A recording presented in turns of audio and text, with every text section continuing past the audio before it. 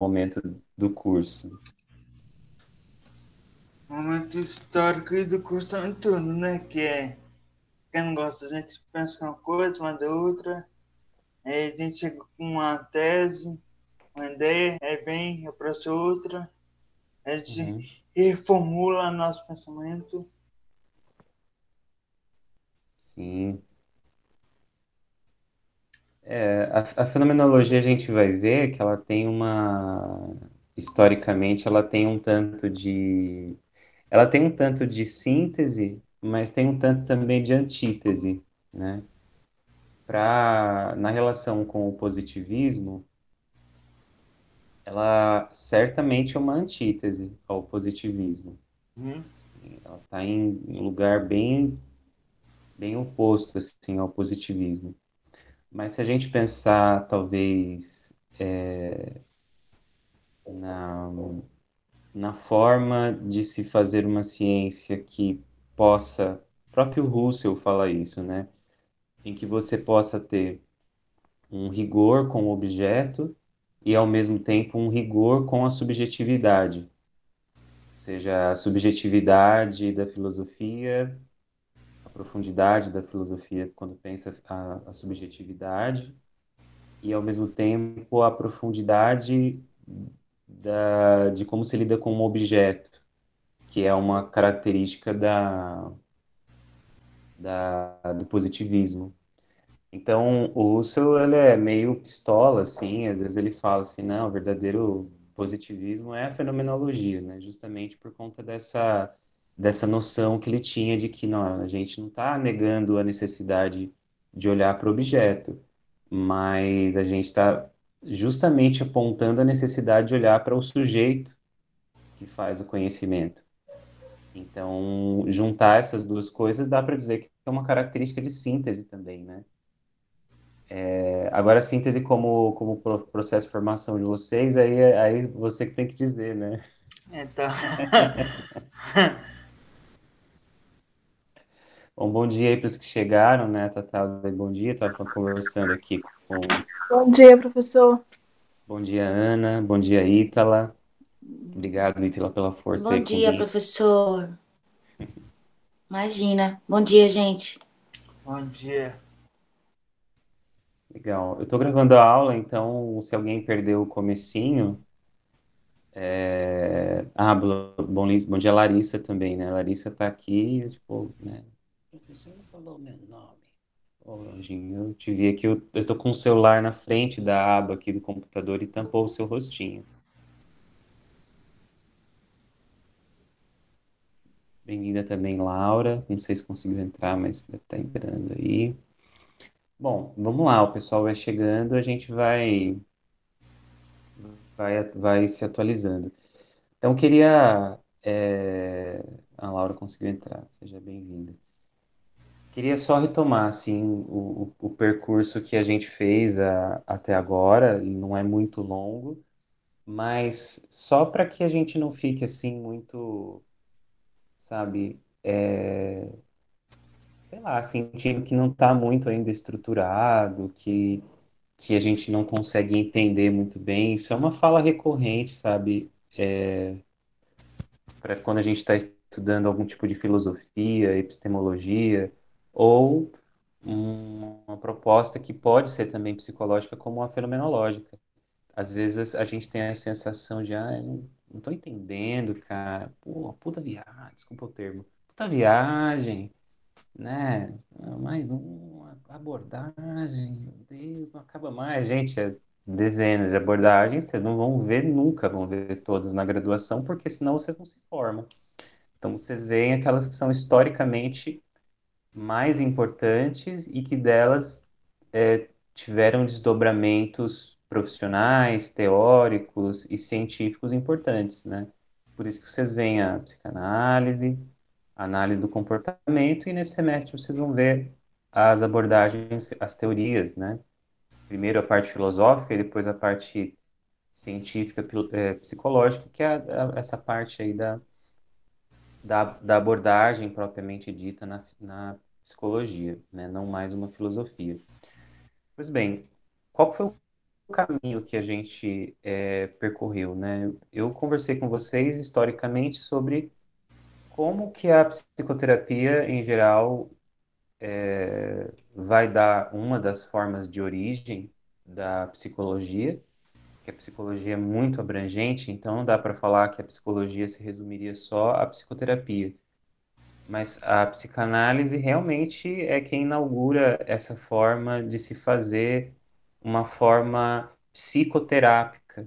Existiam outras propostas, mas essa proposta talvez é a que mais tem a ver e que mais influencia as formas de psicoterapia atuais. Nesse formato de duas pessoas, dentro de um espaço, seja ele virtual, aqui como uma sala online, ou uma sala, quatro paredes, teto, piso, fechada, e que isso é feito através da fala, né? Do contato pessoal, do olhar, da observação direta. Então, isso começa lá com Breuer, caso na O, e depois com Freud, e aí a gente falou na primeira aula de todas as abordagens dissidentes possíveis aí que o professor lembrou, talvez esqueceu alguma, do Freud. O Freud, ele era uma das pessoas no século XIX que estava interessado nessa ciência que estava surgindo, que era a psicologia. O Freud, ele, além de fazer estágios com o Dr. Charcot, né, psiquiatra, além dele fazer estágio em Viena com o Breuer, em algum momento, né, Breuer, o psiquiatra suíço, né, importante porque o Breuer é um dos que vai nomear pela primeira vez a esquizofrenia como uma psicopatologia. E isso faz com que o Breuer seja um psiquiatra renomado.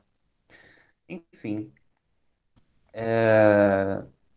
e eles vão trabalhar juntos, primeiro no momento uma coisa meio supervisão, e depois trabalham juntos, e claro, o Freud fica muito maior do que o Breuer. Mas naquele século XIX, a gente viu o contexto histórico para que existissem as condições para uma ciência psicológica. Só que as condições eram o que a gente chamou de Zeitgeist, que é o espírito da época. Esse espírito da época não era o espírito zombeteiro do Chaves, nem era uma coisa mística, é o sentimento, a forma de pensar das pessoas naquela época. Elas pensavam, quando se pensa em ciência, elas estavam pensando em um jeito de fazer ciência. E como é que era o jeito de fazer ciência? Era o jeito positivista, que focava totalmente no objeto de estudo. O pesquisador precisa ser neutro, ou seja, ele precisa estar sempre o mais distante possível de uma relação com o objeto e precisa, então, ser neutro. Não pode tomar partido e fazer as coisas movido pelas suas emoções, pelos seus sentimentos. Isso não é aceitável cientificamente, né? Ele não pode também dizer que tem algo no objeto que não tem. Então, senão ele não conseguiria fazer uma ciência de nenhuma espécie, principalmente uma ciência humana. Além dessa questão aí da objetividade, da neutralidade, também tem dois aspectos que a gente conversou nas aulas passadas, né? Que é a experimentação, que no século XIX era muito forte isso de vamos fazer experimentos, porque só a razão, só o pensamento, que era o caminho da filosofia, não é suficiente nesse momento.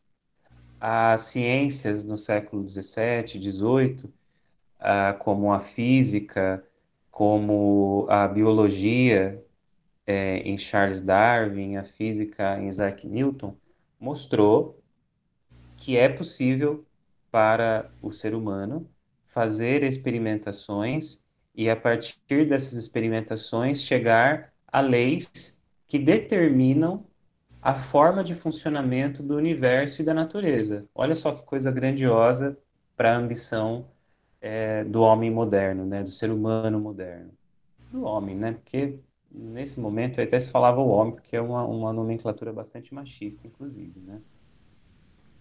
Tem parênteses aí esse comentário.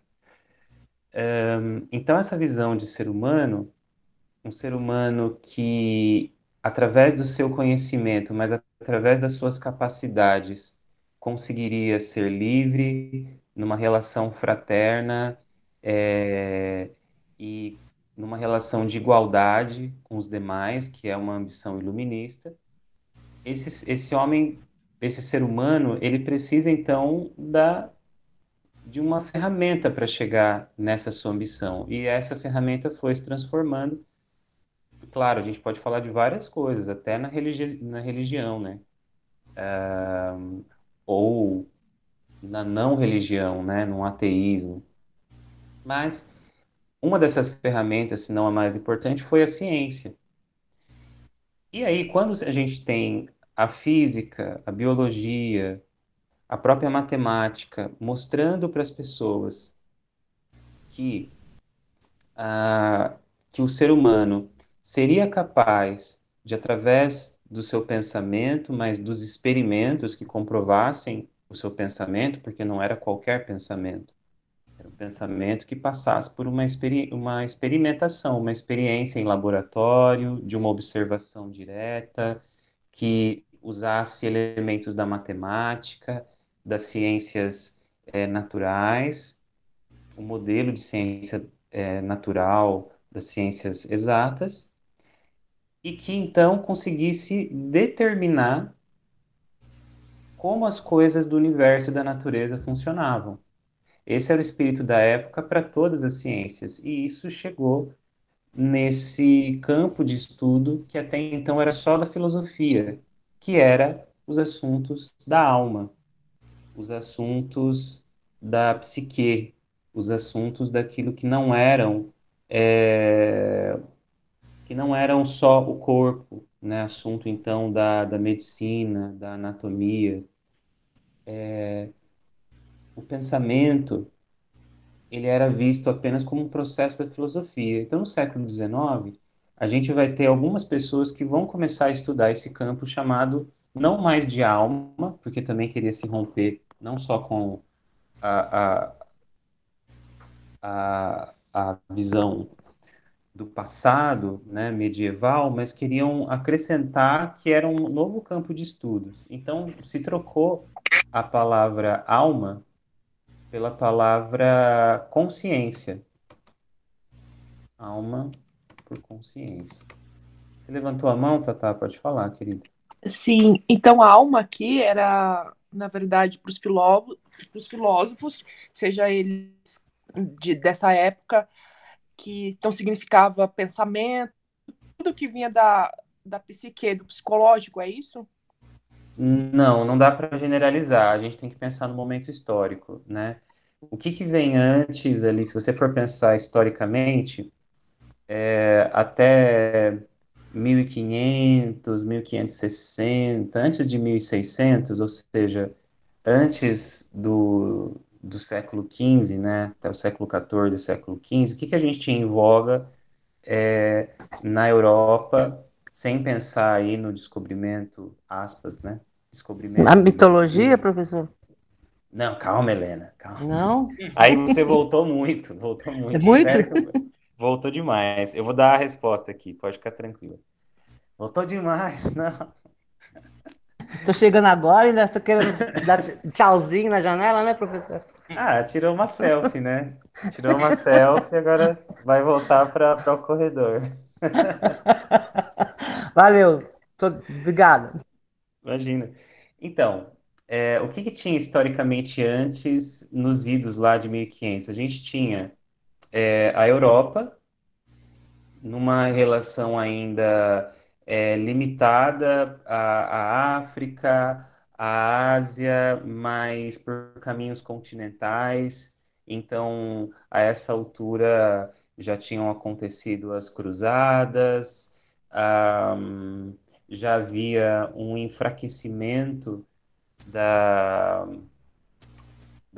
das relações ali feudais, então começava a surgir uma burguesia em todos os países na Europa, cada um a seu tempo. Estou generalizando, mas as histórias de cada país, de cada região, vai ter o seu detalhe, né? Como não é uma aula de história, é só para contextualizar. E aí a gente começa a ter algumas mudanças drásticas nessa ida aí de 1400, 1500. A gente começa a ter as navegações, né? Então a gente tem descobrimento do Brasil, descobrimento da América, começa assim, em algum momento a se chegar na Oceania, a expandir por meio das navegações o tamanho do mundo.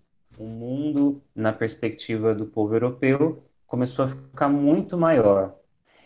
E além disso, na Europa vai acontecer em algum momento a reforma protestante, que foi assim muito importante para apontar as fragilidades no pensamento católico, né? Não baseado na que são as indulgências, né? Não baseado mais lá na Bíblia, nas escrituras sagradas, mas baseado ali em práticas, né? Então você compra um pedacinho do indulgências, era uma delas era essa, né? Você, se você for mais rico, então você pode ficar ali mais próximo do céu.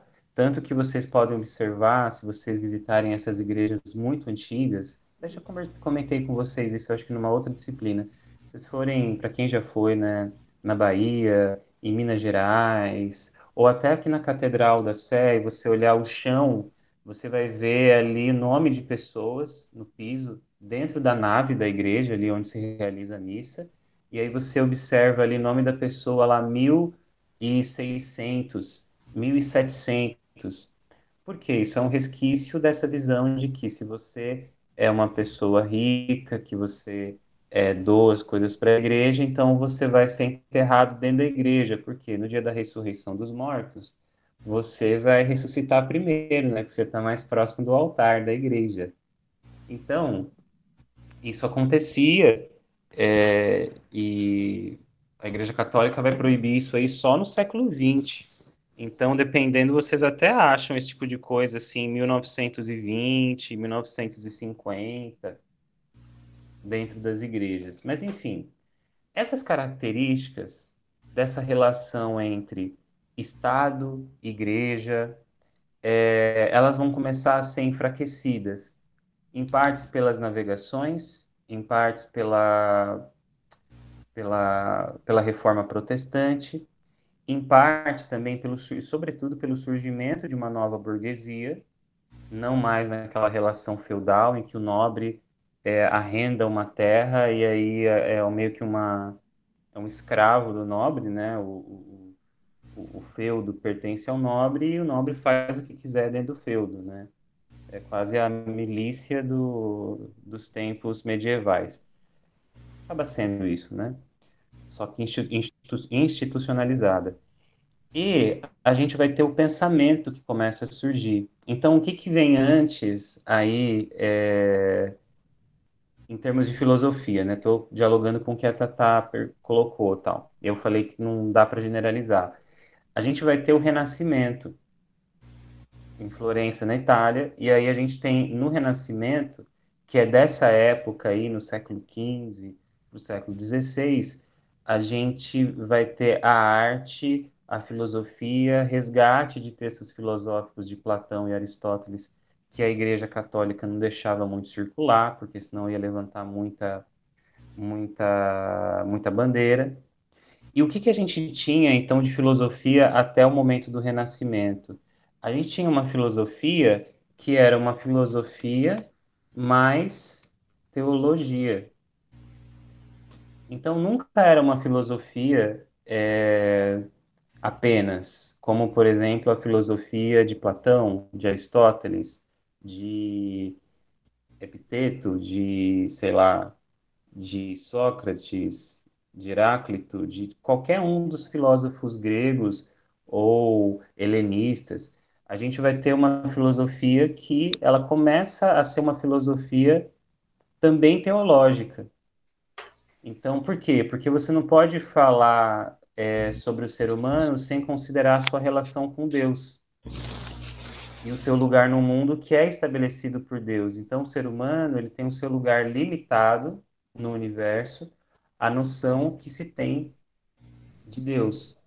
Então, você vai ter a escolástica, né?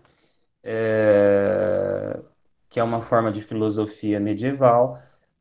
Você vai ter pelo menos dois grandes filósofos aí que são até santos, né? Você vai ter o Santo Agostinho, não confundir com Agostinho Carrara, que esse não é santo, e São Tomás de Aquino, que eles se encaixam nessa característica de usar uma filosofia que vai usar o termo alma, não vai usar o termo outro, psique, consciência, não vai usar essa noção eles vão usar para falar, vão usar alma. Isso começa a mudar depois do Renascimento e se estabelece de maneira mais importante no Iluminismo. Quando chega, então, isso passando os séculos, quando a gente chega no século XIX, por conta do espírito da época, que era um espírito científico, ou seja, as pessoas queriam fazer um conhecimento que não fosse nem teológico e não fosse necessariamente filosófico, elas começaram a querer trocar esses termos, não usar mais alma, e usar então consciência. Por que que eles não queriam usar alma? Porque não queriam usar a dimensão mística, a dimensão é, da relação com Deus Atrelada à necessariamente, igreja, né, professor? A atrelada à religião. igreja. Eles queriam desvincular. E aí a gente tem uma figurinha bem importante,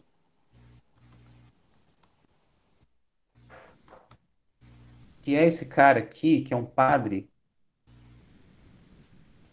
então, vou colocar aqui no século XIX,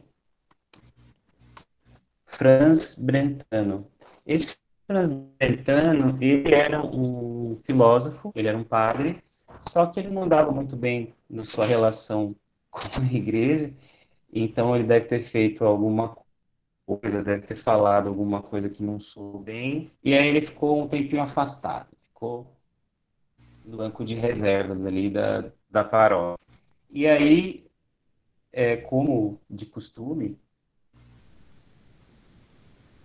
esses clérigos, eles são caras estudados, assim, porque, assim, vivem uma vida casta, uma vida, não raro, de sem acumular bens materiais, né?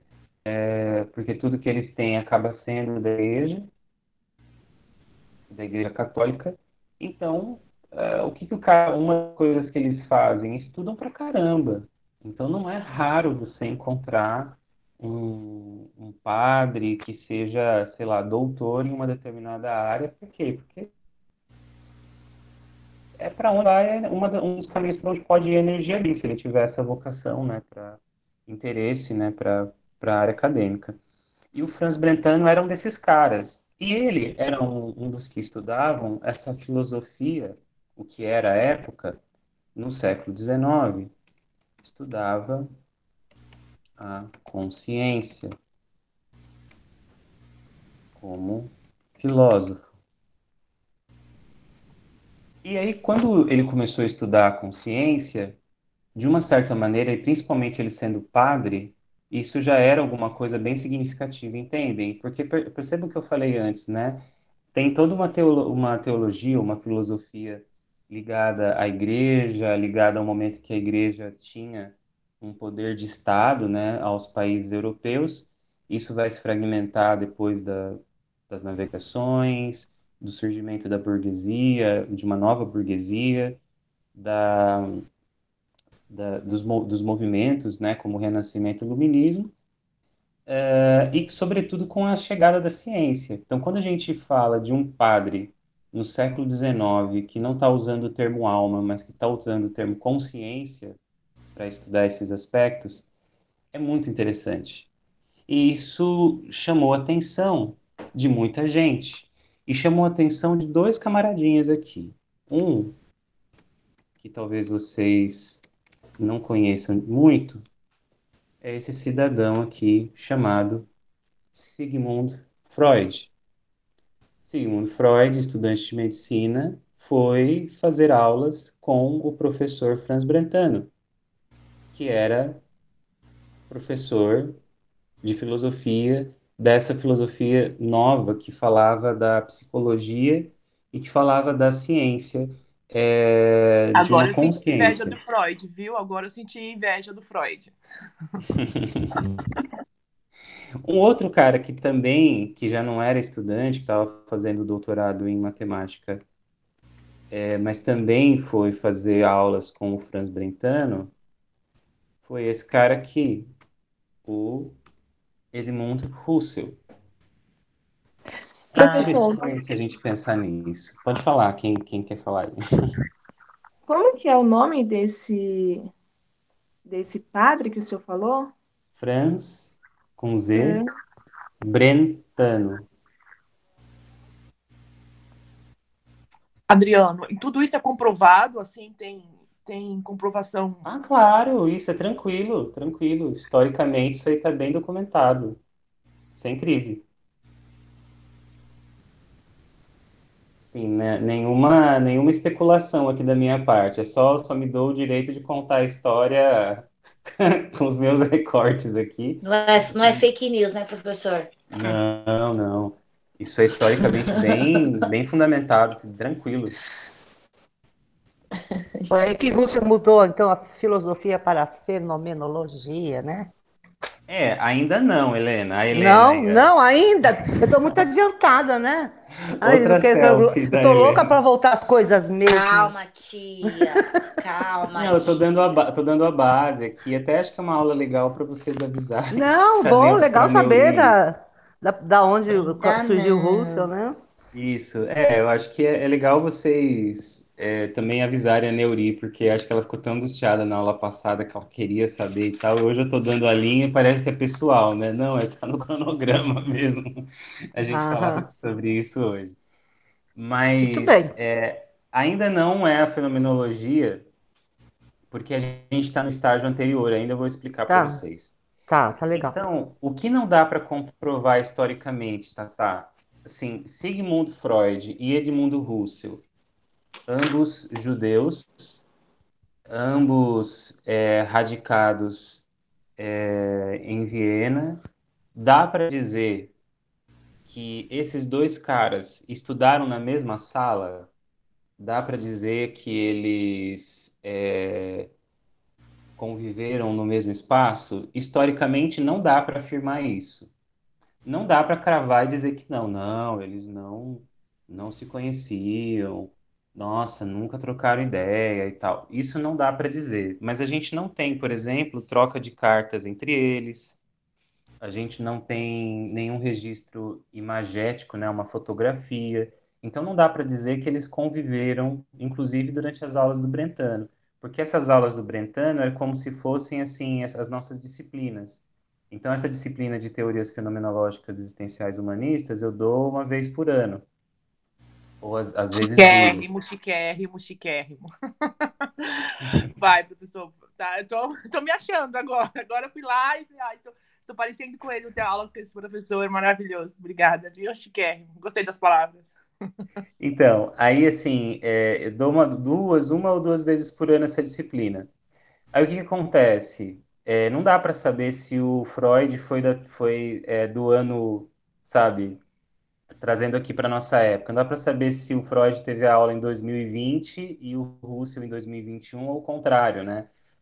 Se Russell teve a aula em 2020 e o Freud em 2021, sabe? Numa diferença de um ano, 2 anos, não dá para saber, ou diferença de meses, porque tinha um ciclo de palestras também. Então, fica aí a dúvida. O que dá para dizer é que realmente os campos de interesses que eles tinham em comum eram esses estudos da consciência, né? Os estudos a respeito da consciência. O Freud era médico e fazia lá sua residência em psiquiatria, também neurologia. Essa época já conhecia o Breuer, já tinha ido fazer o estágio com o Charcot, que era o hipnólogo, né? Psiquiatra importante também, então já tinha sido feito esse movimento. O Russell é matemático, então, os lugares por onde eles se interessaram pelo assunto consciência são lugares muito diferentes. E isso vai se desdobrar na maneira como eles constroem as suas perspectivas do que é a consciência e do que é a pessoa humana nas suas questões psicológicas, né, nos seus aspectos psicológicos. É, e esse assunto da consciência, ele é tão importante que isso vai comprou é ótimo, né? Vai compor o que a gente até conversou, e vocês certamente já estudaram bastante isso, que é a primeira tópica, né? De Freud, né? Da psicanálise, primeira tópica da psicanálise freudiana. Então a gente tem consciência, ou consciente, né? Consciente, subconsciente, consciente e inconsciente. Então, a primeira tópica significa primeiro momento ali da teoria freudiana. Então, ele vai trabalhar com a ideia de um consciente, que é essas coisas que nos aparecem na nossa experiência imediata, né? Que é como agora, né? A gente está conversando, vocês estão me vendo, eu estou vendo vocês, vocês estão me ouvindo, e eu ouço vocês também quando vocês pronunciam. Essa experiência imediata é a experiência consciente. Os conteúdos, né? E aí tem essa noção de conteúdos. Então, conteúdos subconscientes são aqueles que eu posso acessar a qualquer momento, que eu não estou pensando agora, não está na minha experiência imediata, mas eu posso acessá-los em algum momento. Por exemplo, se eu perguntar para o Rodrigo, Rodrigo, qual o, o telefone da pessoa mais próxima que você tem da sua família? Pode ser que ele saiba, ele fala assim, ah, não, professor, eu uso aqui, eu nem sei nada de cor. Tá bom, mas qual que é o seu endereço, Rodrigo? Aí o Rodrigo vai me responder, meu endereço é rua, avenida, XYZ, tal. Aí, nesse sentido, a gente vai ter um subconsciente, ou seja, informações que você pode acessar em qualquer momento, mas que elas não fazem parte da sua experiência imediata. E aí tem aquelas que são do inconsciente, que estão recalcadas, que elas não podem vir à consciência, porque existe uma espécie de censura que não permite que elas venham à consciência. Então, essa é a primeira tópica freudiana, e que depois ele vai fazer a segunda tópica, falando de superego, de ego e de id, isso lá nos idos de 1917, já bastante tempo depois, que é esse escopo total e macro da psicanálise, né? Primeira e segunda tópica da psicanálise freudiana. Por que eu estou trazendo isso? Porque percebam que esse estudo da consciência do século XIX, olha como isso influenciou Freud. Percebem? Então, se vocês considerarem que Freud estava no espírito da época, do século XIX, da experimentação, e ele estava experimentando porque ele estava indo a campo estudar os seus pacientes, ele estava procurando uma determinação, ou seja, causas do que aconteciam com os sintomas das pacientes e dos pacientes que ele atendia. Aí tem Ana O, o caso Dora, né, o fragmento de um caso histeria, o Homem dos Ratos, tem um monte de casos clássicos aí, porque está se buscando as causas a partir da experimentação, da observação, de uma análise para procurar as determinações daqueles comportamentos, daqueles adoecimentos. Ou seja, a psicanálise, pelo menos no que diz respeito à primeira tópica, ela está muito alinhada a uma noção, a um espírito da época que é um espírito positivista. Isso não quer dizer que eu estou criticando, estou só fazendo uma leitura sobre as características históricas. Até aqui foi tipo uma revisão assim mais encorpada. Até aqui, algum comentário, dúvida? Tatá levantou a mão. Uma dúvida. Quando você fala positivista, é porque está muito ligado às funções objetivas do corpo, do organismo? Isso é uma pergunta interessante, né, Tatá? Porque assim, não só as funções do corpo, mas há aspectos que podem ser observados. Então, os sintomas, eles podiam ser observados por qualquer outro médico ou até por uma pessoa leiga, né, que não era da medicina à época, que foi o lugar de onde, a profissão de onde o Freud partiu. Quando ele começa a falar desses aspectos de consciente, subconsciente e inconsciente, ele não vai chamar isso, ele vai dar um outro nome para isso, ele vai chamar de metapsicologia. Porque na filosofia existe a metafísica, que foi inaugurada por Aristóteles. O que é a metafísica? É você falar sobre a substância que compõe o universo e as coisas, né?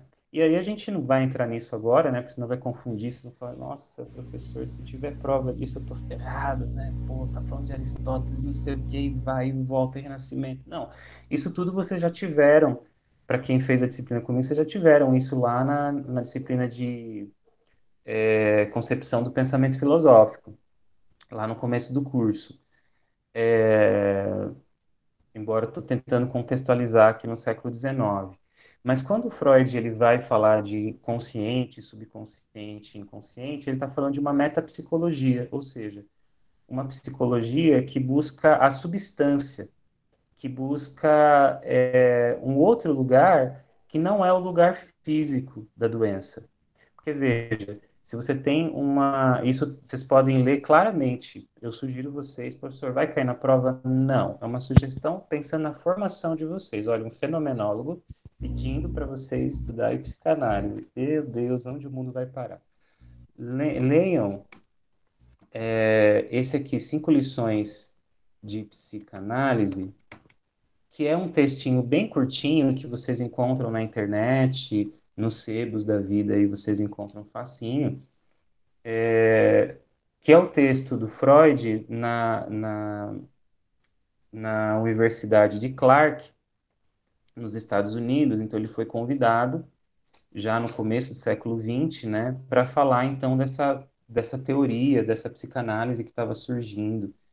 E aí ele vai falar sobre como os médicos não tinham um diagnóstico claro, como eles não sabiam tratar as pessoas que tinham diagnóstico de histeria.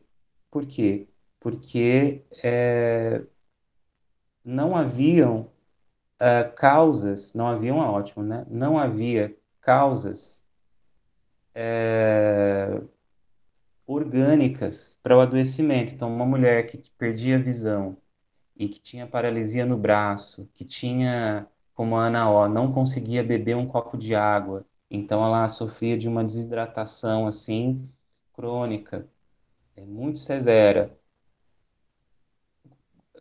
Quando olhavam para ela, viam que ela não tinha nenhum tipo de tumor, nenhum tipo de problema neurológico ou físico. Então, falavam assim, deixa que a natureza cuida. Então, porque eles não tinham tratamento para isso, exceto as internações em hospitais psiquiátricos, né? Que é um outro problema. Enfim. E aí, o que ele vai falar lá em 5 lições de psicanálise?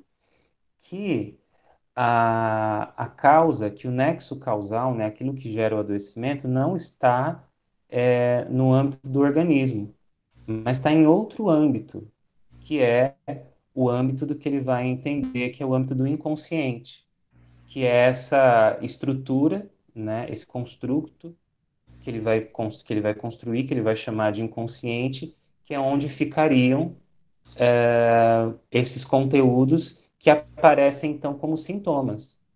Então, um determinado trauma que não pode vir à consciência, porque não se consegue lidar com isso, porque existe uma espécie de censura, vai para o inconsciente, só que ele volta como, por exemplo, sintomas físicos. Então, ele está falando de uma relação psicossomática, né? Ou psicodinâmica. Psicossomática, né? Ou seja, aspectos psicológicos afetam o corpo. Por exemplo, com sintomas, né? Então a gente começa a ter em Freud a psicossomática e a psicodinâmica. Mas por que eu estou falando do Freud? Por que eu estou falando de 5 lições de psicanálise e tal? Porque é um positivismo, mas não é um positivismo raiz. O que é o positivismo raiz? Behaviorismo. Não, berra com H. Behaviorismo. Behaviorismo é o positivismo raiz. Por quê? Porque são só comportamentos observáveis. Sejam eles comportamentos verbais ou comportamentos não verbais, né? Eu só posso fazer ciência a partir daquilo que é observado, ou seja, que pode ser mensurado, pode ser controlado, e então eu posso entender essa relação do organismo com o ambiente, pensando no comportamental. O Freud não é que é um fazer positivista, mas que foi influenciado fortemente pelo espírito da época, que era um espírito positivista. Então, na psicanálise vai acontecer na clínica a observação, que funcionaria como uma forma de experimentação, e de buscar as determinações, ou seja, aquilo que causa os sintomas e os adoecimentos, né? Então, tanto a psicanálise quanto o behaviorismo, eles têm uma influência muito forte, pelo menos no caso da psicanálise no seu início, e o behaviorismo até hoje, de uma noção de ciência positivista, ou seja, o que é o positivo? Positivo para o positivismo. Aquilo que pode ser observado. E, então, controlado, mensurado e melhorado. Então, esses são os aspectos do positivismo, do positivo, né? Percebem que isso é um pouco mais sutil na psicanálise, principalmente se a gente pensar na psicanálise hoje, século XXI. Mas é muito forte no behaviorismo até hoje, no comportamentalismo, basicamente, a gente tem características positivistas bem importantes. Até aqui, tá dando para entender? Eu estou dando contexto para vocês. Se você não der contexto, vocês não vão entender por que que é importante o cara começar a pensar diferente disso. Mas tá dando para entender aí, Rodrigo, Ítala, Tá Tatá, sim. Sim. Helena. Conseguiu achar um lugar para sentar, Helena? Tá sim, professor. Por quê, Professor, eu professor? acho que a gente teria que ter essa aula antes da aula da Denise. Aí a gente ia dar mais, aí a gente ia dar mais sentido, professor, à psicanálise que ela apresenta agora. Eu estou conseguindo entender, sabe? Mas vocês estão tendo aula com a Denise agora ou vocês tiveram? A gente teve semestre passado e esse semestre. Vocês Acho estão que é tendo agora, psicanálise então. 2. Sim. Ah, então, mas é isso, né, gente? É legal que vocês estão conseguindo, quer dizer, que você, Ana, né, e imagino que talvez os colegas estão conseguindo ressignificar, né? Antes tarde do que mais tarde, né? Então, se ajudar, tá bom. Então, a minha ideia é essa. Se tá ajudando, é o que importa. Bom, não falei que se você conseguiu sentar, Helena, né? Porque eu tava brincando, né? Ah, Da janelinha, né? Então, sim. Eu falei, como que ele sabia que eu tava em pé? Eu falei, nossa, o cara cara, tá sabendo até que eu tava em pé, mano. Fala, mestre. rala. Por isso que eu estranhei, viu, Adriano? Eu Não, não foi mais liguei uma tenso. coisa. Não, Hã? imagina. Não, eu ia falar que não consigo ver nada, só vejo o Hzinho aqui do seu nominho. Ai, não, mas eu tô sentada assim, já consegui, viu? Então tá, então você está sentada nos dois sentidos, né? Sentada, né, de se localizar e sentada bem acomodada aí, legal. Isso mesmo. Perfeito. Então é o seguinte, pensando esse cenário que eu estou compartilhando com vocês, aonde que entra o raio dessa fenomenologia? Com esse nome que acho que começa a ficar menos estranho, mas que ainda não é um nome talvez tão palatável, né? Ainda a gente não se acostumou com o sabor dessa palavra, né? Então pensem, o caminho que o Freud seguiu ao estudar a consciência e a partir da experiência dele como médico, como psiquiatra, com seus pacientes neurológicos, foi uma experiência e ele já estava envolvido na ciência. A ciência médica, ela ainda não tinha uma dimensão psicossomática. Essa dimensão psicossomática, ela vai ser inaugurada por Freud, e que é uma das genialidades do Freud. Sim, isso aí ninguém vai dizer que o Freud não era minimamente assim uma pessoa excepcional no pensamento, assim, de conseguir articular a sua forma de pensar e de comunicar. Mas o Freud estava envolvido com o espírito da época, que era um espírito positivista. Okay? Por quê? Porque tinham as experimentações e tinham também a busca pela determinação. E isso vai aparecer no behaviorismo já no século XX. A gente vai ter o Pavlov, depois na Rússia, depois o Watson e depois Skinner, já na década de 30. Então, para estruturar uma ciência do comportamento, que viria a ser o behaviorismo. Pois bem, pensando então nesse cenário todo, a gente tem a outra pessoinha que é o Russell. E o que o Russell é? Estudando ali com o Brentano sobre a consciência, o que o Russell era? O Russell é matemático, ou seja, ele também já estava inserido na ciência, não era também filósofo, e nem o Freud era, embora tem gente que hoje em dia considera o Freud filósofo, mas o Freud não se considerava filósofo, enfim, você vai entender esse povo aí, que fica, né, dizendo coisa que a gente não é, né, enfim. Então, Edmundo Russo era matemático, ele era pesquisador, ele estava fazendo doutorado, a época que ele foi estudar com o Franz Brentano. Ele era, assim como o Freud, judeu, de origem húngara.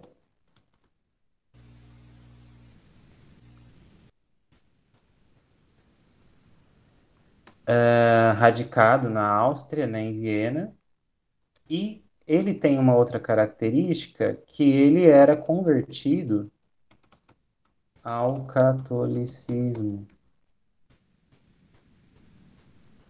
Então, o Russell, certamente ele não frequentava os mesmos lugares que o Freud, porque o Freud era um judeu ateu.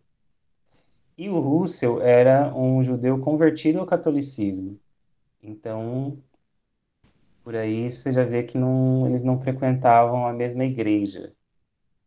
Não frequentavam. Um era de outro rito e o outro era convertido ao catolicismo. Pois bem, então, qual que é o pensamento do Russell diante dessa situação, né, que ele começa a ver esses pensamentos aí sobre a consciência? Por que que interessa a ele estudar sobre a consciência? porque a tese de doutorado dele foi sobre como apreendemos os números, né? Foi a partir dessa questão, né? Como é que a gente apreende os números? A gente fez esse exercício na aula passada ou não?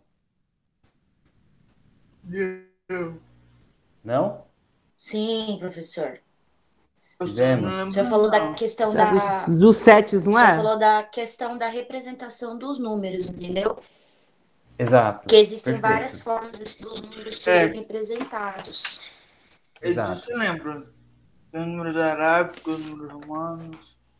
Perfeito. Então vamos partir disso daí. Eu usei o Isso. 7, Helena, mas eu vou trocar. Bolinha, o Exato. Vou colocar tracinho. tracinho. Vou colocar outro aqui. Eu vou colocar o número 9, então. 9, 9, 9. 1, 2, 3, 4, 5, 6, 7, 8, 9, etc. Então, vamos pensar no número 9, né? 9 por extenso, 9 na forma arábica, 9 romano, 9 em pauzinhos, pode ser bolinha. Mas qual que é o ponto? E eu queria fazer essa pergunta para vocês.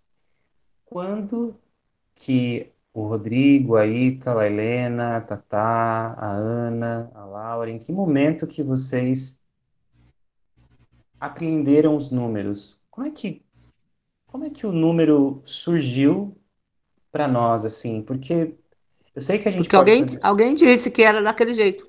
Alguém disse, vamos lá. Porque, Uhum. assim, não é mágica, né, gente? Vamos ser talvez um pouco positivistas agora, né? Tem uma causa que pode talvez ser determinada, enfim. Mas alguém disse. Tá, mas alguém disse, mas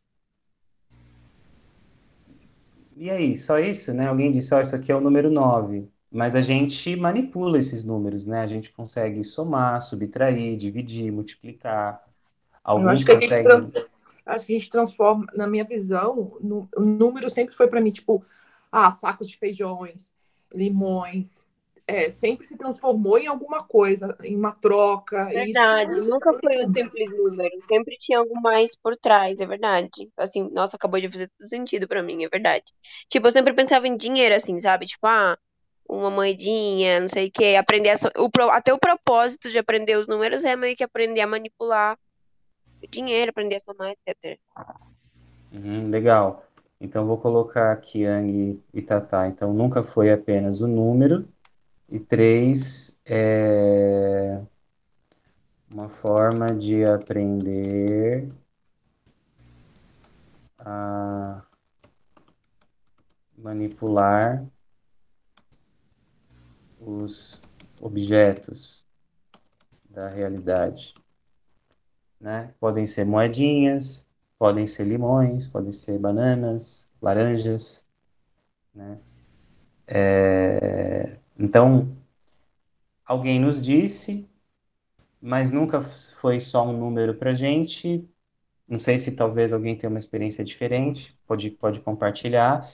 E é uma forma de aprender a manipular os objetos da realidade, ou seja, através dos números, eu consigo lidar e saber, por exemplo, o quanto eu tenho, o quanto me falta, o quanto que eu devo devolver, ou o quanto que eu devo ganhar, o que é meu, o que é do outro. Então, parece que é uma relação com os objetos do mundo, né? Então, o número, ele tem uma função prática na nossa vida diária. Mas aí eu pergunto para vocês, como é que a gente apreende os números? Porque vocês estão falando de uma coisa super importante e que faz parte aqui do exercício de que é assim, para que servem os números e de onde eles vieram? Alguém disse de onde o número veio. Alguém disse, mas espera, alguém disse, mas e quem disse para a primeira pessoa que disse? Entendeu? Professor, vê se eu não estou viajando um pouco. É. É, quando surge a matemática, era porque ele precisava controlar, observar, não é? Não sei Uhum. se você teve aula disso com o senhor, e foi falado que aí por isso que criou os números, que ele precisava observar aquele espaço. Eu não, Sim. acho que tá viajando, professor. Não, não, tá viajando não. Talvez tenha sido comigo também, porque eu acho que eu comentei isso com vocês lá no começo, né? Não, eu Porque, lembro alguma coisa dos egípcios, mas isso foi bem na sim, escola, sabe? Que eu acho que até eles inventaram os números porque os tracinhos deles não estavam mais dando conta. Alguma coisa do tipo, assim, eu não me lembro muito bem, mas foi bem na escola mesmo que eu aprendi sobre os egípcios, até a história lá, mas não me lembro muito uhum. bem. Só sei que foram os egípcios. Assim, se a gente for falar historicamente da matemática, né, a gente vai ter formas de contabilizar as coisas. A gente vai achar historicamente nos sumérios, nos povos assim antigos, a gente vai achar algum tipo de alusão a alguma maneira de contagem, às vezes mais estruturadas, como os dos egípcios, e outras assim, além de estar estruturadas, uma edificação assim matemática, como a dos gregos, né? Pitágoras, por exemplo, né? A escola de Pitágoras. Pitágoras era um matemático, era filósofo, mas era um filósofo matemático, né? Lá dos Professor, pré-socráticos. mas eu quis dizer assim, que era a forma, eles precisavam escrever essa forma observável. Se eu consigo entender, eu viajei. Eu entendi. Vou colocar aqui. Não, não viajou não. Então, vou colocar aqui. Os números são uma forma de representar a realidade. Ou seja, eu tenho que trocar dinheiros, eu tenho que trocar boi por trigo, eu tenho que contar quantas ovelhas eu tenho e tenho que passar para o meu chefe, não posso ficar usando pedrinhas, eu preciso achar uma representação. Talvez a palavra não fosse representação, mas eu tenho que achar uma forma mais fácil de dizer e de lidar com essas coisas, de organizar, né? Talvez a gente possa colocar isso aqui também, né? Tipo, os números como uma forma de organização da realidade. A gente pode falar historicamente disso, né? Assim, os egípcios fundaram as bases da matemática que nós usamos hoje por conta da geometria. Então, eles mediam as margens do rio Nilo, que era um deus. Por que que era um deus? Porque, entre muitos motivos, era de onde eles conseguiriam obter os frutos da terra, no meio lá de uma região desértica.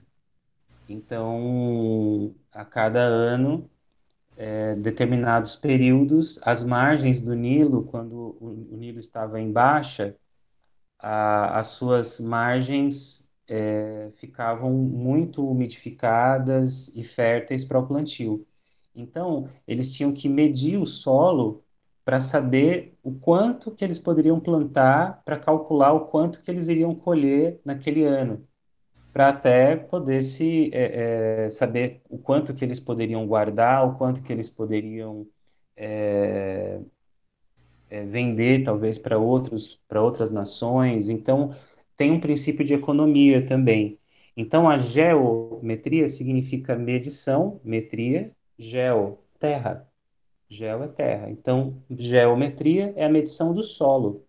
A gente pensa na geometria nos círculos, no triângulo, nos quadrados, né? E geometria, no princípio, nos egípcios, é a medição do solo. O que os gregos que visitavam o Egito levam para a filosofia grega, isso há 2.600 anos atrás, vejam vocês, é começar a usar isso como uma forma de pensamento, de fato, uma forma de organizar a realidade, uma forma de representar a realidade. E aí a geometria começa a se tornar uma forma de fazer do pensamento humano, né? E não só uma prática da agricultura, né? Uma prática para medir o solo, mas uma prática para... E aí eles vão tão longe disso que os gregos pré-socráticos conseguiram fazer a medição do tamanho da Terra. Olha que loucura! Eles mediram a circunferência da Terra sem satélite, sem ter navegações, sem saber que existia América, o que viria a ser chamado de América, de Oceania.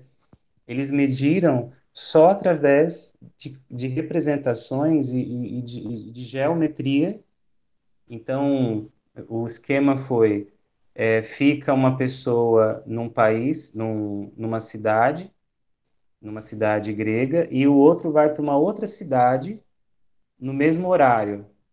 E aí eles mediram a sombra das duas cidades, né, através do relógio de sol, né? E quando eles viram isso, eles viam que havia uma diferença entre a sombra de uma cidade e a sombra da outra cidade. Então, o que que eles fizeram? Calcularam essa diferença de maneira progressiva, geométrica, e conseguiram calcular a circunferência da Terra. Então, a Terra não é plana já há uns 2.600 anos, isso já foi descoberto, sem satélite, sem nada. Quando foi medida a Terra nos idos modernos, né, no século XX, se percebeu que a medição dos gregos estava quase perfeita. Eles erraram assim por quilômetros, 2, 3 quilômetros. Mas o que que é 2, 3 quilômetros, né, gente? Então, de fato, a matemática tem essa característica de permitir a organização do mundo que nos cerca e permitir que a gente consiga entender coisas sem ter a experiência, a priori. Só o que que acontece? Vamos lembrar, qual que é o espírito da época do positivismo do século XIX? Eu vou digitar aqui, positivismo. Qual que é a base do positivismo? Experimentação e determinismo. E outra característica do positivismo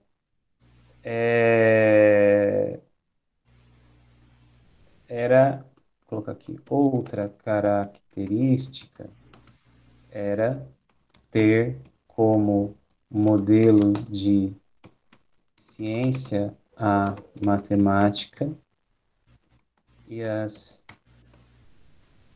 ciências naturais.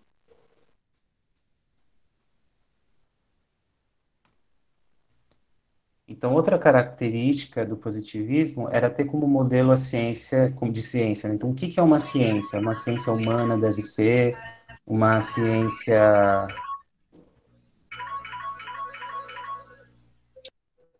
O que que deve ser uma ciência humana? O que deve ser uma ciência social? Bom, ela deve ser parecida com a matemática e deve ser, então, realizada a experimentação e determinismo.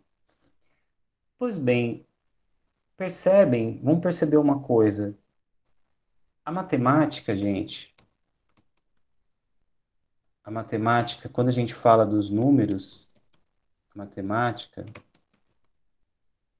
é pura abstração. E foi isso que o Russell, uma das coisas que o Russell percebeu enquanto ele pesquisava, ele falou assim, cara, o positivismo, que quer partir das coisas observáveis, que quer determinar as causas das coisas, tem a matemática como modelo de ciência. Eu sou matemático, estou fazendo doutorado em matemática. Só que, ao estudar a apreensão dos números, que os números são necessários para a gente operar qualquer operação matemática, a gente pode se trocar por letras, né, por símbolos, mas para realizar os cálculos, a gente precisa de números. E os números são pura abstração. Percebem isso? Porque se a gente começar a calcular aqui, sem ter as moedinhas na nossa frente, sem ter os limões, as laranjas, sem ter as maçãs, sem, sem ter ovelhas, sabe? Sem ter nenhum tipo de objeto físico, né, presencial, a gente está fazendo um exercício de abstração. para os gregos fazerem a medição da circunferência da Terra sem terem experimentado e sem ter determinado, eles só usaram a matemática. Eles fizeram ali uma experimentação, né, a, com a sombra dos relógios do Sol e tal. Mas, veja, eles não comprovaram. Só foi comprovado no século XX, o tamanho exato da Terra, da circunferência da Terra. Veja, o que o Russo vai falar é que a matemática, então, é abstração, é pura abstração. Não quer dizer que a matemática não está falando sobre a realidade, mas os números, eles não são. Aí sim a gente chegou onde você queria chegar, Helena, da janelinha. Os números não são as coisas mesmas, são representações da realidade. Então, qual que é a conclusão que a gente chega a partir disso que foi apresentado, né? Bem brevemente, que eu estou apresentando para vocês. Que, embora a ciência do século XIX fosse, assim, vista à época como uma coisa maravilhosa, experimentação, determinismo, maior controle da natureza, né, aos moldes da física, das ciências naturais, mas principalmente da matemática, é dizer que esse santinho aí, é de ouro esse santinho. Mas o que o Russell faz é olhar para a base, né, para a epistemologia, que dá base para essa ciência, ele olha, gente, o pé é de barro. O corpinho é de ouro, de prata, mas o pé é de barro, ou seja, o pé é frágil. Por que que é frágil? Porque se eu estou falando de que uma ciência tem que ser feita a partir da observação direta, buscando as causas das coisas, a partir do positivo, a partir daquilo que pode ser visto, e aí eu uso como base a matemática, mas a matemática é abstração, entende? Sabe que o pé é de barro? E foi isso que o Russell fez. Então, por que que eu expliquei do Freud e falei um pouco do comportamental? Para mostrar que foram caminhos diferentes que foram seguidos. Não quer dizer que o caminho que o Freud seguiu era errado, mas foi um caminho que estava mais próximo do espírito daquela época. O behaviorismo está totalmente no espírito dessa época e continua até hoje. Agora, a fenomenologia, Rodrigo, por isso que eu te falei na nossa conversa no início que é uma antítese, não sei se faz sentido para você agora, de que a, a fenomenologia ela vai se contrapor ao pensamento positivista. Vai dizer, poxa, mas, pera, se para eu poder entrar em contato com a realidade eu preciso de uma abstração, então, como é que eu vou. Olha o nó que dá no nosso pensamento. Como que eu vou ser neutro e vou me concentrar no objeto se para eu ter contato com o objeto eu preciso de uma abstração? Você entendeu, Tatá? É um pensamento filosófico, mas ele é um desdobramento do que a gente está falando. Então, assim, como que eu vou ser totalmente objetivo? Como que eu vou me concentrar no objeto? Como que eu vou fazer a experimentação e chegar às determinações? Eliminando a subjetividade, sendo que a subjetividade é a única forma de eu entrar em contato com o objeto. Olha que doido. Então, tá a relação do objeto com o sujeito, no caso. Tem que ter Exatamente. essa troca. Exatamente. Que o Russell percebeu e falou assim, cara, tipo, a conta não fecha. Porque vocês estão colocando na conta da matemática uma coisa que a matemática não é, porque a matemática é abstração. Ela Então, para tem. existir o objeto, tem que existir o sujeito. Ah, É isso? A fenomenologia do Russell, ele vai ter uma frase bem importante que vocês vão me ver falando várias vezes aqui, que eu acho que eu já devo ter falado, eu vou abrir aspas aqui. Eu gosto de usar o chat porque, assim, gente, depois eu posso até fazer um slide, mandar para vocês os meus comentários aqui, se ajudar vocês. Não sei se ajuda, Rodrigo, ou se atrapalha, mas Eu fico copiando eles, professor. então, eu gosto de copiar. Eu falo as coisas aqui, eu fico anotando. Imagina você, né? Até Nossa, para mas saber se tipo, eu já falei. seria ótimo, até pra gente ter uma noção do que foi falado na aula, sabe? Assim, tipo, dos pontos que foram abordados, Não, mais tranquilo, isso aí especificamente. é. Não, de boas. Isso daí é tranquilo. Até a ordem que eu estou seguindo aqui no chat é uma ordem que eu seguiria no slide, né? Por isso que a lousa é legal para o professor, porque aí ele vai construindo a aula enquanto a aula acontece, né? E no slide você chega com uma aula já pronta, já muito engessada, pelo menos essa é a impressão que eu tenho. Mas enfim. Então, só para dar um contorno, tem uma frase que o Russell vai construir que assim, toda consciência é para um objeto e todo objeto é para uma consciência. Que é, em suma, aí, o que a Helena falou, né? Então, não tem objeto sem consciência, sim, e não tem consciência sem objeto. Porque a consciência é sempre consciência de algo, de alguma coisa.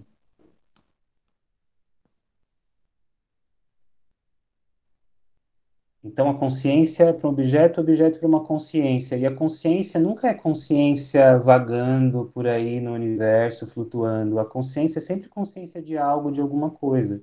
Seja esse objeto um objeto físico, um objeto como, por exemplo, a minha xicrinha aqui que eu tomei o meu chazinho cedo, que já acabou, preciso recarregar.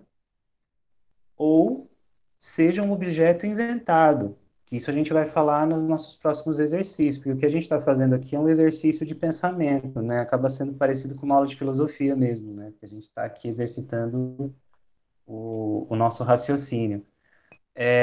Esse aqui é um objeto, né? Vocês conseguem ouvir o barulhinho, né? É uma xícara, é de porcelana? Nunca sei. Mas na verdade, acho que deve ser uma cerâmica. Eu comprei lá na Liberdade, nem lembro a loja, mas é bem bonitinho. Aí a xícara está aqui. Ela é física. Isso pode ser considerado um objeto para o qual a minha consciência pode se voltar. Porém, se eu esquecer por hora a xícara e falar para vocês o elefante cor-de-rosa com duas asas, o elefante cor-de-rosa com duas asas. O elefante cor-de-rosa com duas asas, se não for uma fantasia de carnaval, não existe, certo?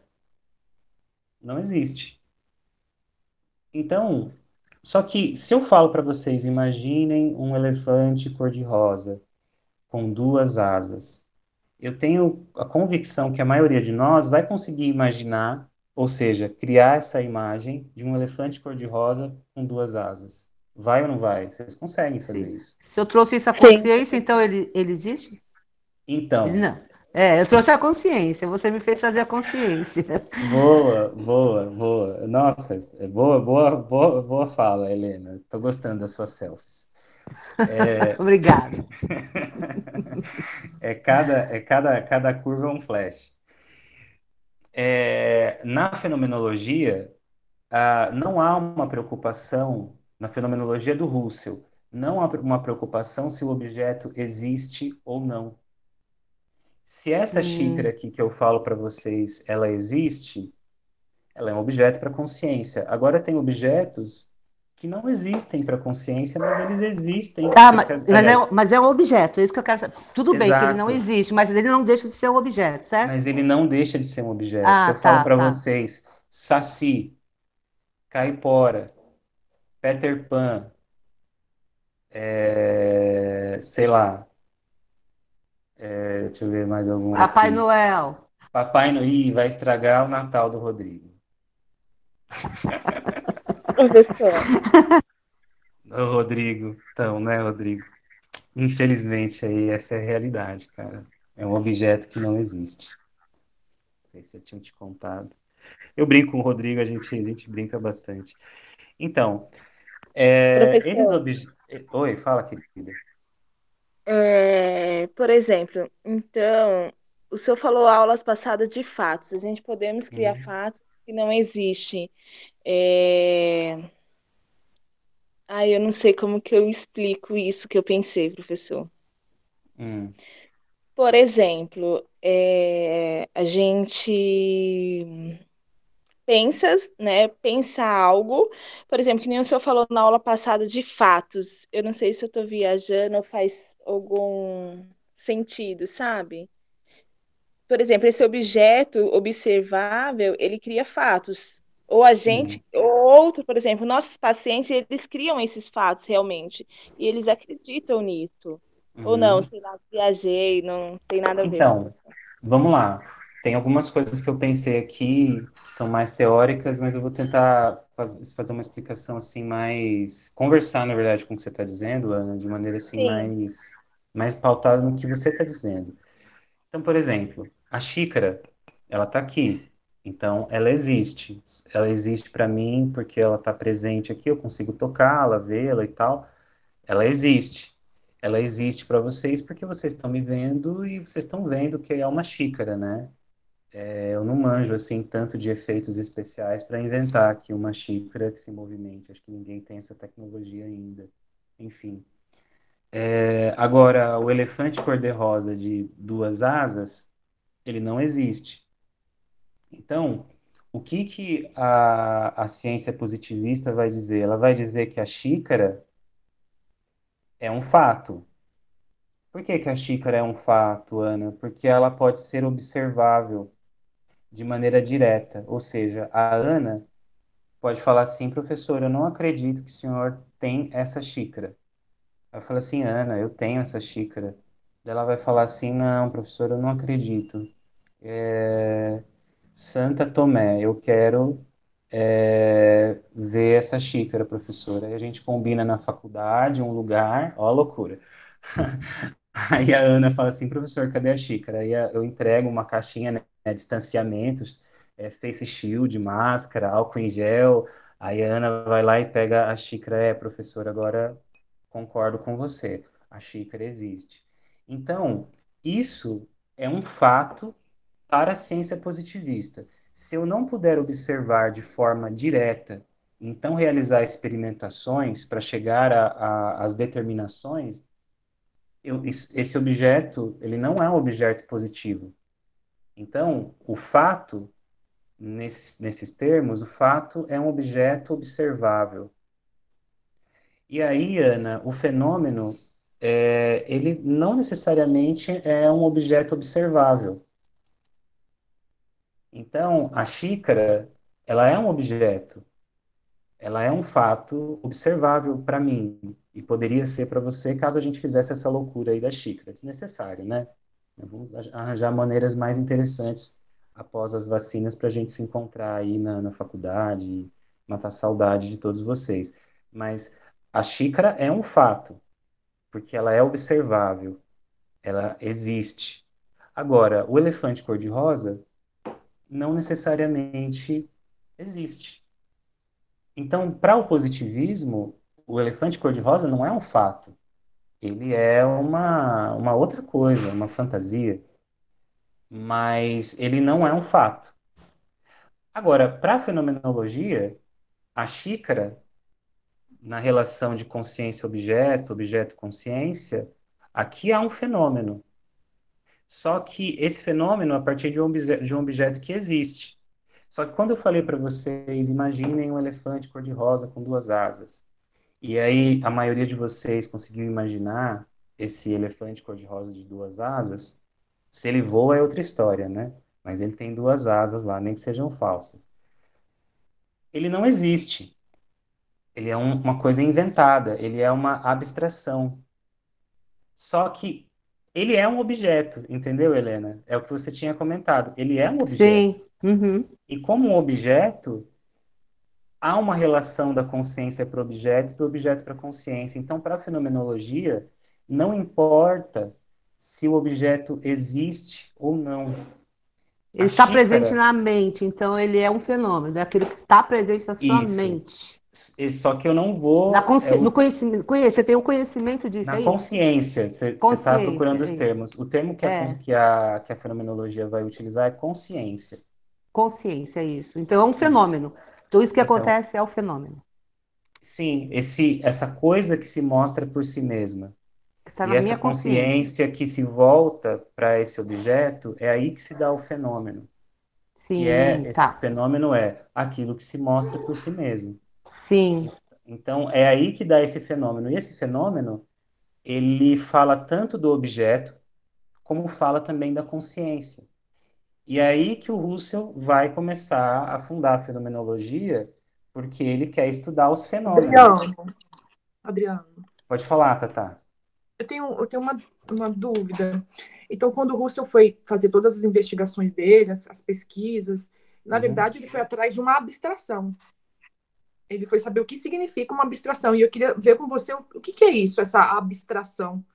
Que, Então, na verdade, para entrar em contato com o objeto é necessário entrar com a abstração. ele vai falar o seguinte, o Tata, ele vai usar alguns termos, porque o Russell ele tem uma. Por que que eu não trago aqui os textos do Russell diretamente para a gente ler? Porque senão vocês vão ficar que nem a Neurice, vocês vão ficar com raiva dele. Por quê? Porque ele não escreve tão lindamente, tão maravilhosamente quanto Freud. Então, ler o texto do Freud é uma delícia, assim, porque ele escreve. O cara ganhou o prêmio Goethe, que só era dado para gente da literatura, ele ganhou o prêmio Goethe por escrever texto médico. Então, assim, o cara escreve muito bem.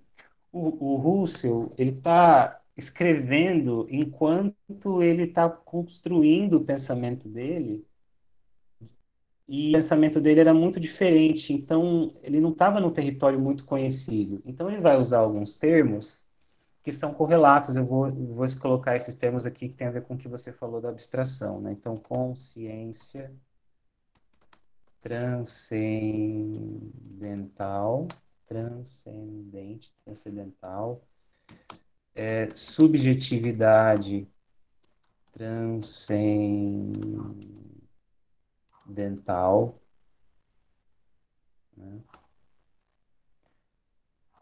Tem outros, mas esses dois termos eles têm uma coisa meio correlata, né? Que a consciência transcendental, a subjetividade transcendental, ele está falando dessa capacidade que a nossa consciência tem de ser atravessada pelo objeto, por essa relação com os objetos, ou seja, o objeto é para a consciência, todo objeto é para uma consciência, mas também a consciência é para o objeto. Então, ao mesmo tempo que a consciência atravessa o objeto, dando sentidos que são formas de abstração, o objeto também atravessa a consciência. Então, ele vai chamar isso de consciência transcendental. Então, o que que o Russell queria fazer? Vou já abrir aqui o spoiler do jogo para vocês. O Russell, ele queria estudar a subjetividade.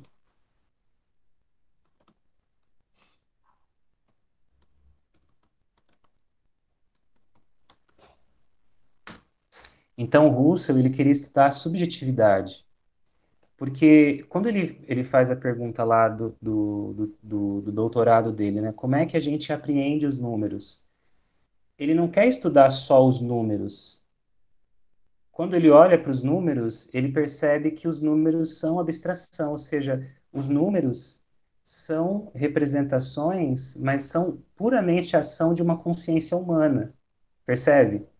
Então, os números 9, 8, com as suas representações arábicas, no romano, com pedrinhas, com essas representações numéricas, elas só existem porque um dia existiu uma consciência que se voltou para os objetos e que então teve essa abstração, e os objetos atravessaram essa consciência. Então, essa relação do ser humano com o mundo e do mundo com o ser humano vai construir a subjetividade humana, assim como a subjetividade humana vai construir o mundo. É essa coisa ambiciosa que o Russell quer estudar. Então, quando ele fala que ele quer estudar a subjetividade, ele quer estudar essa subjetividade transcendental, essa subjetividade que atravessa os objetos, que às vezes os cria, às vezes os estuda objetos que existem de maneira bem analítica, né? Pesam, mensuram, mas que às vezes criam objetos como o elefante cor-de-rosa de duas asas, que não existe. Queira Deus que não exista esse bicho. Não existe. Mas é a consciência se voltando para os objetos. Se eles existem ou não, isso é outra história. Mas os objetos também compõem a consciência humana. Então ele vai, essa coisa da abstração, essa abstração é o quê? É uma capacidade da consciência, mas não é uma capacidade só da consciência, ela se dá na relação com o objeto, entende? Então percebe que não é só entender a consciência, mas entender a consciência na relação com os objetos, o objeto na relação com a consciência, para então ele tentar entender o que tem dentro da consciência humana, do que ela é feita, como que ela é Ô, composta. Adriana, aquele exemplo do barulho na floresta não seria bom? Porque não Qual tem que esse é? exemplo. Se uma árvore cai sei lá, lá na Amazônia, na floresta amazônica, e ninguém ouve o barulho, né? Uhum. Se ninguém ouviu, então, porque não teve barulho, certo? É isso. A árvore caiu Uhum. lá na Amazônia. Ela caiu, fez um barulho. Só que se ninguém ouviu, esse barulho não existe, não existiu. Então, não é um fenômeno no caso. Só é um fenômeno quando vem Não, a nossa consciência. Quando você é, observa, você eu ouve o entendi. barulho, é o fenômeno, certo? Então, aí que está a diferença. A árvore que cai na floresta amazônica, que é uma Ah, pena, né, que as árvores caiam lá é numa verdade. quantidade tão absurda, mas enfim, principalmente no momento atual.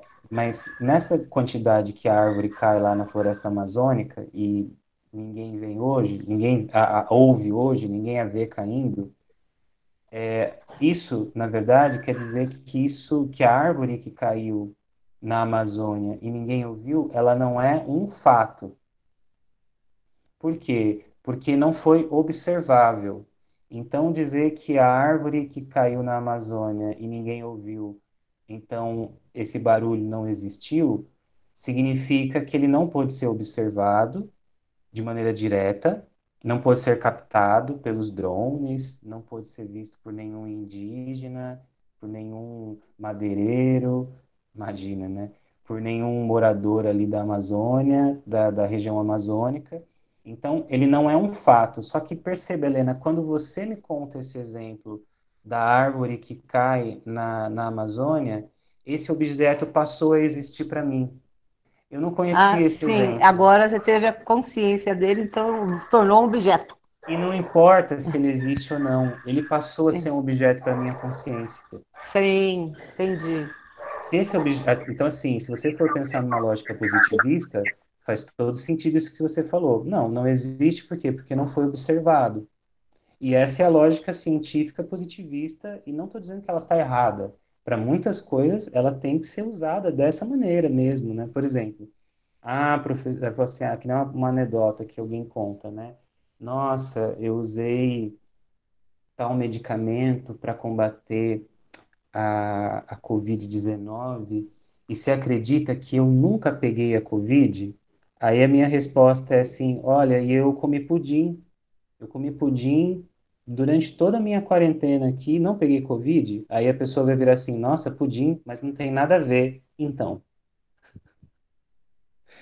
assim, se você come, toma um medicamento que não é comprovado, que não tem observações, não tem experimentação, não tem nenhuma determinação, isso é uma visão positivista, mas ela serve para essa questão do mundo real observado, né? É, se você eu falar que eu como pudim e não peguei Covid, você falar, mas não tem nada a ver. Então, mas também não tem nada a ver o seu medicamento. Se não teve experimentação e não se chegou às determinações, então você não tem o fato. Porém, quando a gente traz para a ótica da fenomenologia, a árvore que não caiu e essa árvore que nem existiu e que a gente nem sabe se ela existe, como ela existe, quando você me conta essa história, Helena, a árvore para mim passa a existir não como uma árvore física, mas ela passa a constar como um objeto para minha consciência. seja eu imaginando uma árvore caindo, seja eu desenhando, eu desenhei aqui uma árvore caindo, ficou bem esquisito. Então essa árvore, ela passa a se mostrar, ela se revelou como um fenômeno. E por que que isso é importante para nós? Eu acho que a gente pode vir até aqui, se vocês, pelo menos em termos de conteúdo, e aí eu posso tirar dúvidas sobre o que a gente conversou, porque senão a gente vai avançar muito, e isso acho que não vai ser muito bom, assim, porque pode ficar coisas para trás, né? Minha ideia é que a cada aula vocês possam sentir que vocês estão progredindo. Eu sempre vou tentar fazer essa checagem, né? Então, às vezes eu dou um resumo do que foi a outra aula, bem rapidinho, vamos para o conteúdo e depois a gente tem um tempo de checagem, porque senão eu posso ter a falsa impressão que vocês estão conseguindo apreender esses assuntos e na verdade não, né? Então, realmente eu queria ser positivista e achar e experimentar com vocês se de fato foi assim. Mas última coisa que eu acho que vale a pena a gente compartilhar, né, e dizer aqui por último, é o seguinte: nesse caminho todo que a gente está fazendo aqui ah, de pensar historicamente o positivismo, de pensar as outras abordagens e entender então qual que é a proposta de fenomenologia do Russell. A ideia é que a gente pode fazer ciência positivista com coisas observáveis e que podem ser manipuladas. Então, o fato do pé da ciência positivista ser de barro, ou seja, o fato da matemática não ter nada de experimentação, mas na sua maioria ser pura abstração. Veja aí pela representação dos números, né? Os números são criados como se fosse uma alavanca, um objeto uma ferramenta para eu poder manipular melhor as coisas do mundo. Então, se o pé da ciência positivista é um pé de barro porque é frágil, ele não é baseado nos critérios da ciência positivista, que é a experimentação e determinismo e de coisas observáveis. A gente pode fazer engenharia, a gente pode fazer química, pode fazer até biologia, a gente pode fazer a ciência física, pode fazer essas outras ciências com uma noção positivista. Mas o que o Russell vai dizer, e ele vai dizer isso no século XIX, assim, quer dizer, licença poética aqui, porque eu não vou usar as palavras dele agora. Mas é como se ele dissesse assim, cara, dá para fazer essas ciências de maneira positivista, mas não dá para fazer a ciência nova que está surgindo, psicologia. Ele vai falar da psicologia, ele vai falar assim, não dá para fazer psicologia com um olhar positivista. Não dá para fazer, porque essa ciência é de outra ordem, que não é igual à engenharia, igual à química, igual à física, igual à biologia. O ser humano, ele é composto de uma subjetividade que o atravessa. Então, como é que eu vou usar esse ser humano com os mesmos critérios que eu uso para um objeto, para uma pedra, para um Professor, mineral? Entendem? E daí a crítica dele, que ele vai falar assim, meu, a gente tem que dar uma base para essa ciência chamada psicologia. Então, a fenomenologia, ela se pretende uma base para ciências, assim como o positivismo era, mas uma base que ele entende que é mais rigorosa, e uma base, sobretudo, para essa ciência nova no século XIX que estava surgindo, que é a psicologia. Veja só você. Porque ele falou assim, o pé da psicologia não pode ser de barro. O pé da psicologia tem que ser firme. Tem que ser uma professor, ciência mais rigorosa. Eu já vi, Ana, só um pouquinho. Tudo bem até aqui? Vou ouvir a perguntinha da Ana, mas tudo bem até aqui? Pode falar, Aninha, desculpa. e faz todo sentido, né, professor? Por exemplo, essa xícara, ela sempre vai ter, eu sempre vou observar ela desse tamanho, com essas características, e a pessoa não, né? Esse fenômeno vai se apresentar todos, por exemplo, vai se apresentar hoje de uma forma, amanhã de outra forma. Exatamente, Ana. Exatamente. E isso é bem interessante que você está dizendo, Tô gostando de ver como vocês estão interagindo com a aula. Eu gosto de aula assim que eu percebo que vocês estão construindo junto comigo aqui. É interessante isso, Ana, porque isso vai pautar as psicologias já no século XX que vão ser de base fenomenológica, como a Gestalt terapia, a logoterapia, a Dasein análise, a abordagem humanista do Rogers, que é a abordagem centrada na pessoa, porque o que elas têm em comum? De entender que o ser humano sempre vai ser um fenômeno, quando visto por um outro ser humano, ele vai ser dinâmico, ele não pode ser determinado. Por isso que as abordagens fenomenológicas, existenciais, humanistas, elas não são abordagens deterministas, porque elas sempre olham o ser humano como um fenômeno que vai mudando e que vai mostrando outra coisa, que vai se mostrando por si mesmo de outras maneiras. É diferente das outras abordagens que veem o ser humano em certo sentido muito determinado. E a fenomenologia não vê o ser humano assim. É isso. Queria vir com vocês até aqui. A gente pausa, eu construo, tá? Adriano, Só um pouquinho, Tatá. Eu vou construir então uma apresentação, Ang e colegas, a partir dessa nossa troca aqui no chat, para vocês poderem ter essas anotações, mas eu acho que as anotações do caderno de vocês valem mais. E aí eu queria gastar os nossos 10 minutinhos que a gente tem ainda para tirar dúvidas, para a gente conversar um pouco. Pode falar, Tatá, desculpa. também você também trouxe bastante a palavra consciência. Uhum. Me parece, você não comentou sobre isso, mas me parece que Russell também está preocupado em saber assim, tá, tudo bem. Nessa época eu entendo como Freud estava fazendo a sua investigação, ele não Uhum. tinha esse conceito de inconsciente. Então, para ele, é só consciência, é isso? O que está na consciência humana. Ele não está preocupado com o inconsciente, nem o subconsciente, mas com o Aham. consciente. A noção de subconsciente e inconsciente, ela tem muito a ver com a experiência que o Freud teve com os seus pacientes. Então, é importante a gente dizer assim, que Freud era médico e ele estava interessado nos fenômenos psíquicos, mas num olhar médico. Então, ele estava interessado em tratar as pessoas, ele estava lidando com os fenômenos de adoecimento enquanto eles aconteciam na frente dele, estava tentando trocar a roda enquanto o carro estava andando. Então, o que que o Freud fazia? Ele ia para o fenômeno, observava, isso aparecia a consciência dele, né, usando os termos fenomenológicos, e aí ele escrevia. Só que quando ele ia, e isso é uma coisa muito legal do Freud, toda vez que ele ia para o fenômeno, para observar, por exemplo, um novo paciente, e aquilo era diferente do que ele tinha escrito antes, ele não muda o fenômeno, ele muda a teoria dele.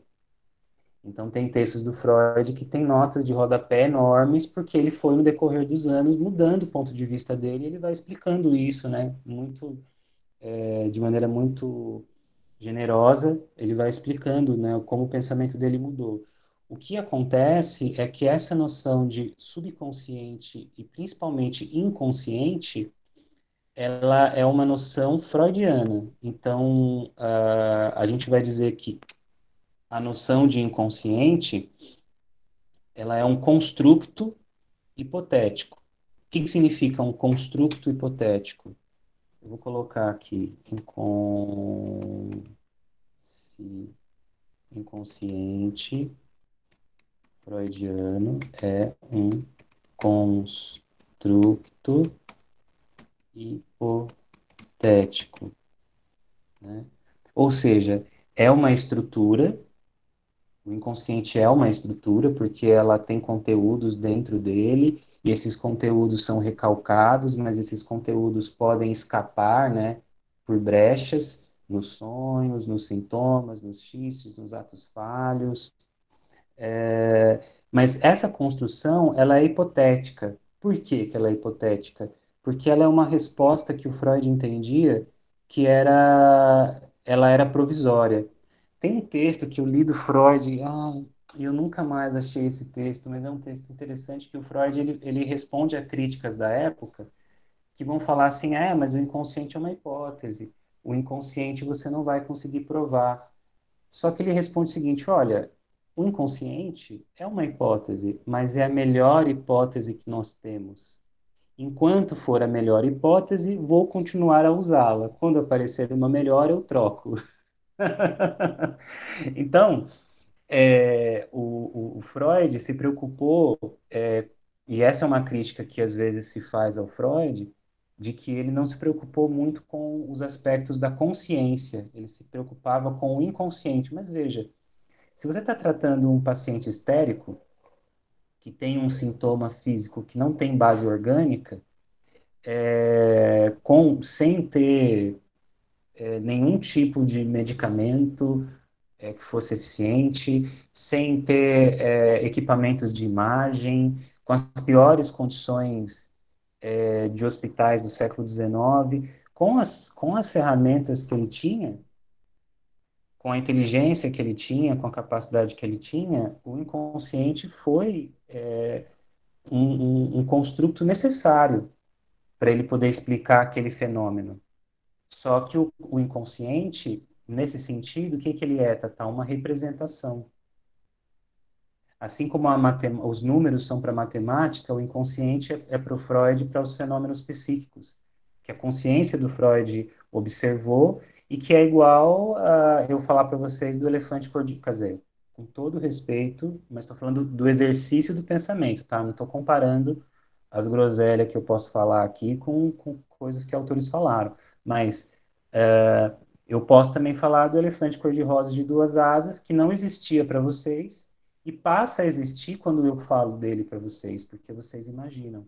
Da mesma maneira, o inconsciente como um construto hipotético, ele passa a existir para o Rodrigo como uma coisa de estudar o inconsciente, de pensar o próprio inconsciente, mesmo que para o Rodrigo isso não aparecia antes.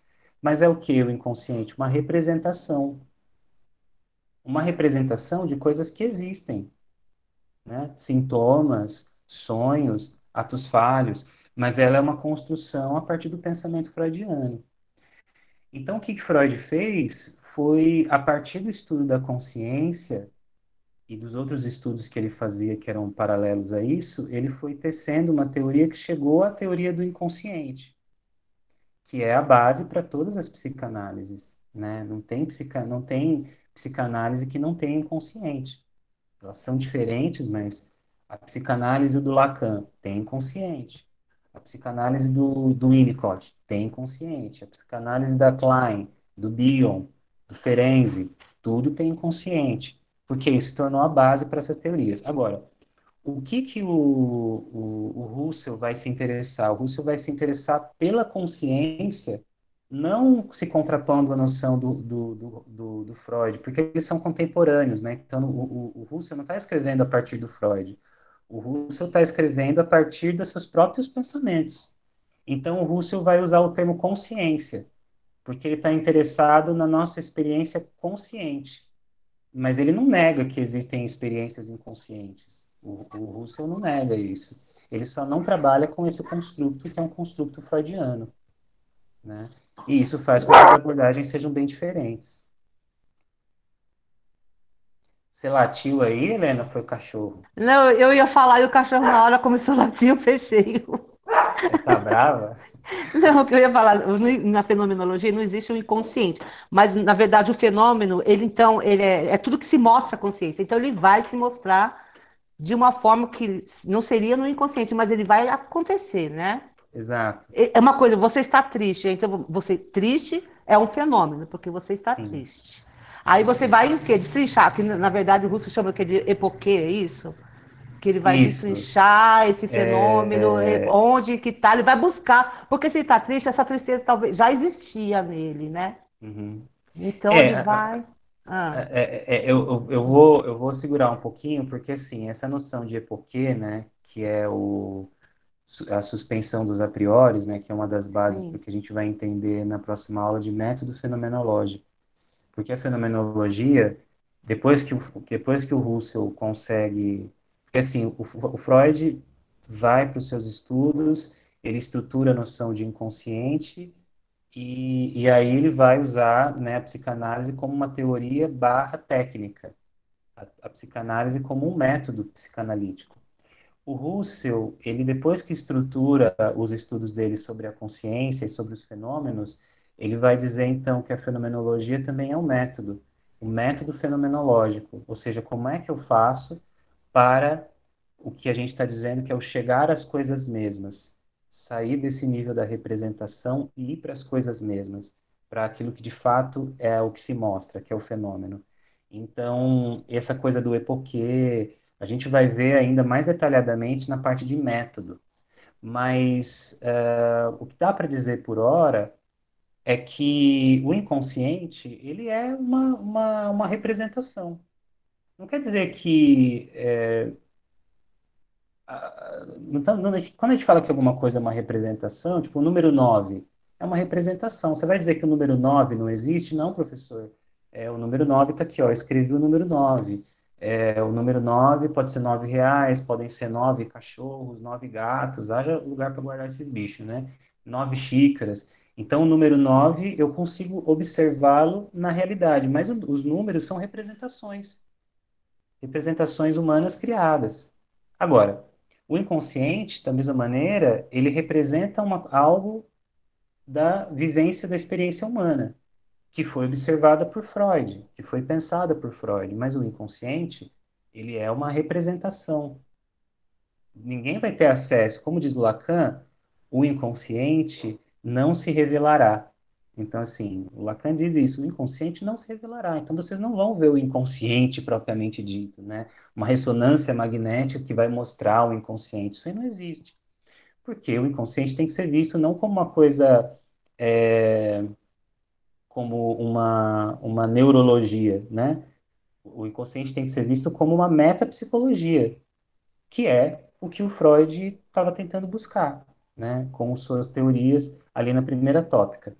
No caso da fenomenologia com a consciência, também a consciência é um negócio que ela não é a consciência, diferente do inconsciente, a consciência ela é um fenômeno vivido por todos nós e a consciência é uma coisa que existe, ela não é uma representação apenas. Ela é além da representação. Só qual que é o problema? A gente não consegue, mesmo com os estudos mais avançados nas ciências cognitivas, nas neurociências, a gente não consegue estudar a consciência aos mesmos moldes que a gente estuda o cérebro humano. Tem não sei se todos vocês têm Netflix, mas tem uma série.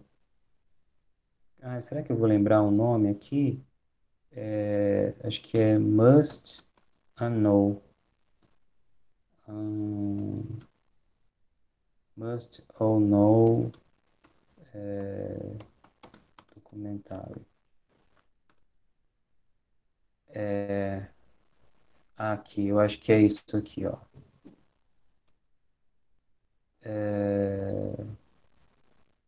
Esse aqui, ó. Essa série tem no Netflix. The Must and Know, né?